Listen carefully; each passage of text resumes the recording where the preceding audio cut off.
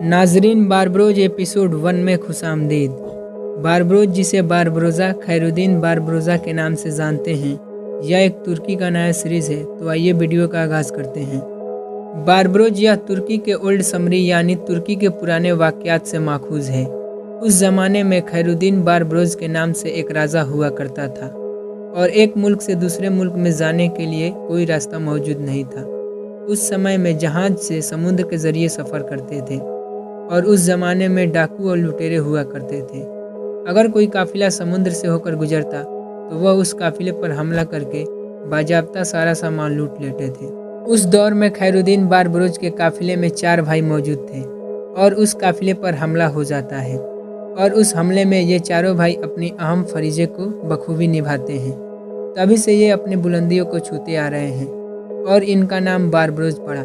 फिर उसके बाद बारबरोजा, तब खैरुद्दीन बारबरोजा के नाम से ये लोग हुकूमत करने लगे। नाजरीन, इस वीडियो में बारबरोज एपिसोड 1 के ट्रेलर के बारे में आपको बताएंगे। इस एपिसोड के आगाज़ में दिखाया जाता है कि इंजीन अल्तान, जिनका नाम इस सीरीज़ में उरूज रईस होता है, वो अपने 2 भाई इलियास और इसहाक के साथ एक कश्ती में सवार होते हैं। और इस सीरीज़ में फिर दिखाया जाता है कि समुद्र के जरिए वो किसी शहर में जा रहे होते हैं। शहर पहुंचने के बाद इंजीन अल्तान अपने कश्ती से उतरते हैं तो उरूज रईस कहते हैं, इंसानों में 3 तरह के लोग होते हैं, एक होता है बादशाह। तो नाजरीन, उरूज रईस कैसे कहते हैं, इस सीरीज के ट्रेलर में एक शख्स को दिखाया जाता है, शायद ये इस सीरीज के शहर का बादशाह हो सकता है। फिर इसके बाद उरूज रईस कहते हैं, दूसरे वे लोग होते हैं जो बादशाहों से डरते हैं। फिर इसके बाद 2 शख्स दिखाई देते हैं जिन्हें फांसी पर लटकाया हुआ होता है। और आखिर में उरूज रईस कहते हैं, तीसरे वे होते हैं जो बादशाहों को डराते हैं। तो नाजरीन, उरूज रईस कैसे कहते हैं, इस सीरीज के ट्रेलर में उरूज रईस के भाई को दिखाया जाता है जिसका नाम खैरुद्दीन बारबरोज पाशा होता है, जो बादशाहों के सैनिकों से फाइट कर रहे होते हैं। फिर इसके बाद दिखाया जाता है खैरुद्दीन बारबरोज पाशा एक जगह खड़े होकर कहते हैं, एक भाई दूसरे भाई को कभी तनहा नहीं छोड़ता।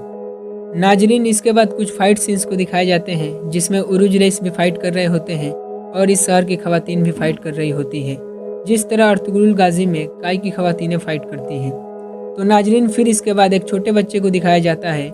यह छोटा बच्चा इस शहर में तेजी से दौड़ता हुआ जा रहा होता है, शायद इस बादशाह के जुर्म की वजह से।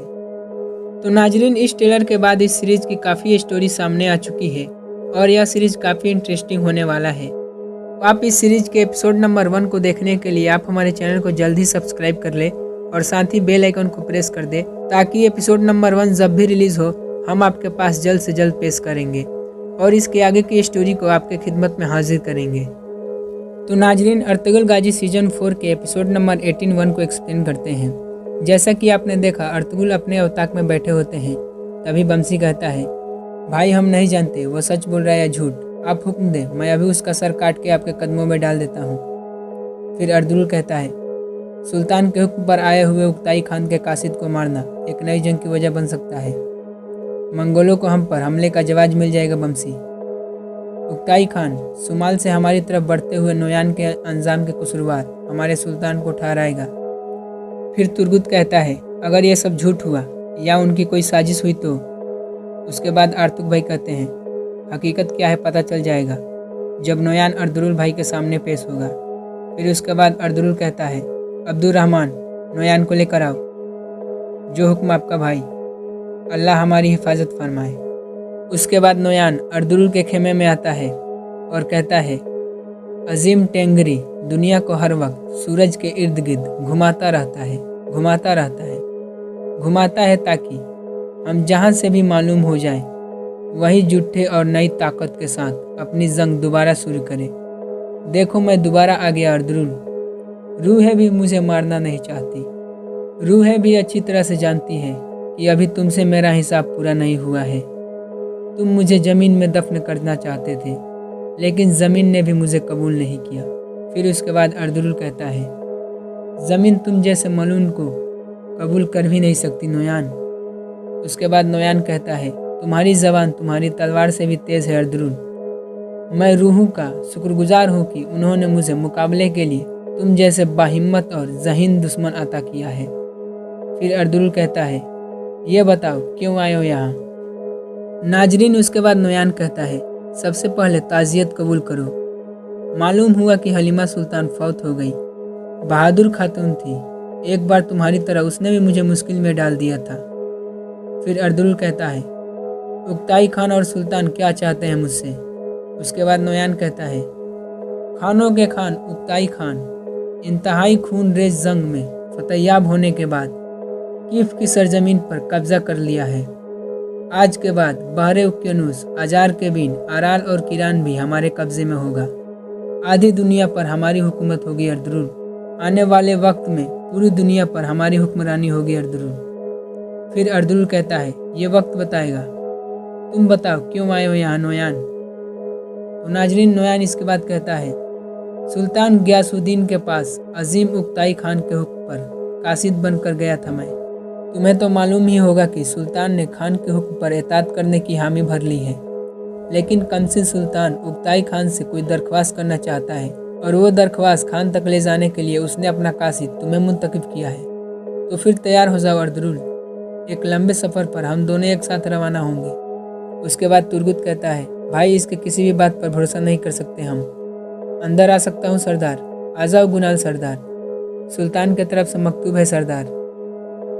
फिर नोयान कहता है, आवाज़ से पढ़ो ताकि सबको पता चले कि यह दुश्मन भी सही कह रहा था। उसके बाद अर्दुल कहता है, सुल्तान ने मुझे उक्ताई खान के पास कासिद बनकर रवानगी का हुक्म दिया है। उसके बाद गुनाल सरदार कहते हैं, और ये जम्बिल उन्होंने उक्ताई खान तक पहुंचाने का हुक्म दिया है। अगले दिन जब हाइमा खातून और सुगाय खातून अपने खेमे में रहती है तो हाइमा खातून कहती है, सुगाय बेटी ये गर्म कंबल भी रख लो, रातें सर्द है, तुम्हें सर्दी भी लग सकती है। उसके बाद सुगाय खातून कहती है, हाइमा खानम, उन मलून मंगोलों के जुर्म के शिकार हो चुके हैं हम। वो हमारे कबीले पर मुसलसल हमला करते थे, सुकून का कोई दिन नसीब नहीं था। उन्होंने मेरे ख़ानदान को बेदर्दी से कत्ल कर दिया। बहुत ही बेरहम है ये मंगोल, अल्लाह हमें उनके सर से महफूज रखे। उसके बाद हाइमा खातून कहती है, तुम्हारे साथ जो हुआ उस पर अफसोस है मुझे। अल्लाह तुम्हारे मरहुमीन की दर्जात को बुलंद फरमाए और तुम्हें हिम्मत और ताकत अता करे, आमीन। फिर सुगाय खातून कहती है, उन बदबख्त मंगोलों के खिलाफ जंग करना बहुत ही मुश्किल है। अल्लाह हमारे अर्दुल सरदार और रियासत की मदद फरमाए, आमीन आमीन बेटी। उसके बाद हाइमा खातून कहती है, जैसे ही एक दुश्मन को शिकस्त देते हैं तो दूसरा दुश्मन सामने आ जाता है। अभी हमने गोबैक जैसे दुश्मन को पसपा करके अंजाम तक पहुंचाया और अब नोयान जैसे जल्लाद हमें धमकाने के लिए आ गया। अल्लाह हमारी मदद फरमाएगा।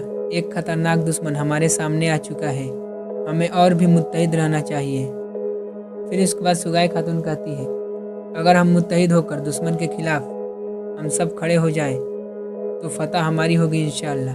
इंशाअल्लाह बेटी, इंशाअल्लाह। नाजरीन, उसके बाद अर्दुल कहता है, अल्लाह हमारा हामी व नासिर हो। बमसी अब्दुर्रहमान और उबोस को साथ लेकर अपने चंद बेहतरीन सिपाहियों के साथ जाओ। नोयान आज रात हानली बाजार में गुजारेगा, जैसा आपका हुक्म भाई। फिर नोयान कहता है, क्या अपने औताक में मुझे मेहमान नहीं बनाओगे अर्दुल? उसके बाद अर्दुल कहता है, हम मेहमानों को वापस नहीं भेजते नोयान, तुम हानली बाजार में मेहमान बनोगे। रवाना कब होना है हमें? कल सुबह रवानगी के बारे में इल्म हो जाएगा तुम्हें। फिर नोयान कहता है, इसका क्या मतलब हुआ अर्दुल? क्या सुल्तान के कासिद नहीं बनोगे तुम? उसके बाद अर्दुल कहता है, बमसी पूरी हिफाजत के साथ नोयान को नुकसान पहुँचे बगैर कबीले से लेकर जाना। फिलहाल इसके लिए इतना काफ़ी है। हानली बाजार पहुंचने के बाद नोयान और उसके सिपाही खाना खाते हैं। तभी बमसी आकर कहता है, सिपाहियों क्या हो रहा है तुमरुल? तुमरुल कहता है, मुझे तो ये लोग हैरान कर दिए हैं, जब से जागे हैं रीछ की तरह खाते जा रहे हैं, मुझे तो हैवान लगते हैं ये। फिर बमसी कहता है, ख्याल रखना कहीं खाना हलक में फंसा कर यही ना मर जाए। अगर अर्तुल भाई का हुक्म ना होता तो मैं इन मलून को यही ख़त्म कर देता तुमरुल। बहुत जल्द ऐसा ही होगा बमसी मेरे भाई, इंशाअल्लाह। फिर नोयान कहता है, तुम भी खा लो ताकतवर आदमी, आओ साथ मिलकर खाएं। उसके बाद बमसी कहता है, तुम जैसे मलून के साथ मैं अपना गुनाह भी बांटना नहीं चाहता। फिर उसके बाद नोयान कहता है, देखना तुम अपनी गड़ी सरी रियासत किस तरह वक्त आने पर हम मंगोल के हवाले कर दोगे। ये सरजमीन भी हमारी हो गई, यहाँ तक कि तुम्हारे कबाइल और तुम्हारी औरतें भी हमारी रहम करम पर होंगी। क्या हुआ ताकतवर आदमी, रुक क्यों गए? या तुम्हारी नफरत की इजहार का सही वक्त नहीं आया अभी तक? फिर बमसी कहता है, वक्त आएगा नोयान, ज़रूर आएगा, और जब वक्त आएगा तो तुम्हारी सांप जैसी जुबान मैं ही काटूंगा। तो नाजरीन उसके बाद नोयान कहता है, मैं बताता हूँ तुम्हें, वक्त आएगा तो क्या होगा। जब वक्त आएगा तो दुनिया में छुपी तमाम रूहें एक एक करके सबके सामने आ जाएंगी। उन रूहों के चीखों से तुम्हारे घोड़े और तुम्हारे जंगजुओं का दिमाग पिघल जाएगा। अपने बाप के खून से हाथ रंगने वाला तुम्हारा सुल्तान गियासुद्दीन इतने गलत फैसले करेगा, इतनी गलतियां करेगा कि पहले वह अपना महल और फिर अपनी रियासत हमारे हवाले करने पर मजबूर हो जाएगा। उसके बाद मैं यहाँ आकर अर्दुरुल का बनाया हुआ निज़ाम कुचल दूंगा, तुम्हारे कबाल में आग और खून का खेल खेलूंगा और अर्दुरुल का पूरा खानदान लुटा दूंगा। तो नाजरीन नोयान के ऐसे कहते ही बमसी गुस्से से पागल हो जाता है और उसके सिपाहियों को मारने लगता है। तभी नोयान कहता है, सिपाहियों, अफसार कबीला, बिनित कबीला, दो दुर्गा कबीला, चांदार कबीला, किसी भी कबाइल को भागने का मौका नहीं मिलेगा। टेंगड़ी के पैदा किए गए अजीम पहाड़ों में उनका इब्नतनाक अंजाम होगा। सब के सब मेरे सामने कीड़े मकोड़े की तरह हो जाएंगे और आकर तलवे चाटेंगे मेरे, मगर काई कबीले को मैं तलवे चाटने का मौका भी नहीं दूंगा, क्योंकि मैं उन्हें बदतरीन अंजाम से दो चार करूंगा। अर्दुरुल के खानदान के हर फर्द की खाल खींचकर मैं उसे अपने एक अजीम खेमा बनवाऊंगा। तो नाजरीन बमसी के ऐसा कहते ही दोनों जोर जोर से हंसने लगते हैं और बमसी कहता है, और हंसो नोयान, और हंसो, हंसते रहो। जब सुबह की ठंडी धीमी हवाएं चलेंगी नोयान, तो भूरे बालों वाला ये भालू नजर आएगा। तो नाजरीन इसके बाद नोयान कहता है, तुम अपने अजदाद के दास्तान से खुश हो रहे हो, मैं यहाँ दास्तान सुनाने नहीं तारीख बदलने आया हूँ, तारीख। ऐसा कहकर नोयान चला जाता है। नाजरीन अगले दिन तुर्गुत अर्दुरुल भाई से कहता है, सुल्तान आपको मंगोल के जहन्नुम में क्यों भेजना चाहते हैं भाई, लेकिन नोयान मलून के साथ सफ़र करना मुश्किल भरा हो सकता है। सुल्तान जानते हैं आप और नोयान पुराने दुश्मन रहे हैं भाई, इस तनाजिर में वो आपको कासिद बनाने का खतरा क्यों मोल लेना चाहते हैं। उसके बाद हाइमा खातून अपने पोतों को खिलाती है, ओए मेरा उस्मान। तभी अर्दुरुल आके कहता है, मुझे दे वालिदा, मेरा बेटा बहादुर और फर्माबरदार बनेगा, अनगिनत सरजमीनों को फतह करेगा, तलवार की तरह रोशन करेगा नाम को, अपने अजदादो उस जैसा बहादुर और निडर जंगजू बनेगा।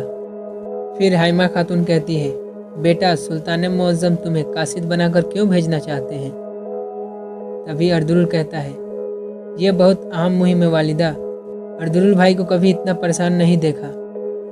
तभी आर्तुक भाई कहते हैं, अभी एक आजमाइश ख़त्म नहीं हुई कि दूसरी आन पहुंची। इनके सिपाही, इनके जवानों को शहीद कर दिया गया। हलीमा खातून को खोने का दुख भी अभी ताज़ा है। भाई इन हालात में अपनी जोजा का गम भी नहीं मना सकते। उसके बाद तुर्गुत कहता है, अहमद की शहादत और उसके बाद नोयान का यहाँ आना, उनके तीनों बेटे अपनी वालिदा के बगैर तनहा रह गए। यकीनन भाई का फैसला बेहतर साबित होगा और उनके फैसले के बाद कोई सामने आ जाए, वह अपना मकसद हासिल करके रहेंगे इंशाअल्लाह। फिर अर्तगल कहता है, आपको याद है वालिदा, जब हलीमा को पहली बार कबीले लाया था तो मुझे कासिद के तौर पर हलफ जाना था। अब हलीमा नहीं है और मुझे कासिद बनकर फ़र्ज अदा करना है, मुझे जाना होगा वालिदा। फिर हाइमा खातून कहती है, याद है मुझे, ये कैसे भूल सकती हूँ बेटा, ये जिम्मेदारी अहम है बेटा, मगर उस मलून नोयान के साथ मंगोल के तरफ तुम्हारा यूँ जाना, न जाने किन किन मुश्किलात का सामना करना पड़े तुम्हें। उसके बाद कुंदूस कहता है, बाबा क्या आप हमें छोड़ के जा रहे हैं, हम आपके बगैर कैसे रहेंगे। मैं तो बड़ा हो गया हूँ, मगर साहब जी तो इतना छोटा है, और उस्मान भी। बाबा देखो, उस्मान आपकी गोद में आकर बिल्कुल खामोश हो जाता है, अगर इसने फिर से दोबारा रोना शुरू कर दिया तो हम क्या करेंगे बाबा। उसके बाद अर्दुरुल कहता है, कुंदूस मेरे बहादुर। फिर कुंदूस कहता है, आपने कहा अहम मुहिम पर जाना है, लेकिन अगर आप वापस ना आए तो। वालिदा भी चली गई, अब हम आपका जाना कैसे बर्दाश्त करेंगे। अगर आप भी चले गए तो हम दुनिया में क्या करेंगे। अगले दिन नोयान कहता है, मुझे तुम्हारा ही इंतज़ार है एलेन गोया। उसके बाद एलेन गोया कहती है, क्या मैं जो सुना वो सच है भाई। उसके बाद नोयान कहता है, अर्दुरुल उक्ताई खान के पास मेरे साथ जाएगा कासिद बनकर, और आप उसे रास्ते में मार देंगे। उसका फैसला अर्दुरुल पर मुनासिर है। क्या मतलब है इसका? अर्दुरुल के लिए मेरी नफरत की सिद्ध उसके इरादे अमल पर है। आप उससे क्या फैसला करवाना चाहेंगे? फतह का ऐलान गोया, फतह का खून बहाए बगैर फतह का। उक्ताई ने मुझे बहादुर तुर्क सरदारानों की हकमियत पर कायल करने का हुक्म दिया है, और सबसे पहले अर्दुरुल को, क्योंकि अब खुद अर्दुरुल उसके सामने कासिद की हैसियत से जा रहा है। इसीलिए वह उक्ताई का फैसला उसकी जुबान से ही सुन लेगा। एलेन गोया कहती है, इस तरह हम अपनी तलवार से खून बहाए बगैर जंग जीत जाएंगे। और मेरी बहन एलेन गोया, आने वाले वक्त में इस सरजमीन पर मेरी नायब होगी। तुम्हें अपने अंदर मौजूद ममता को जगाकर अपने रवैये से अर्दुरुल के तीनों बेटे, उसकी वालिदा हाइमा के दिल में जगह बनानी होगी।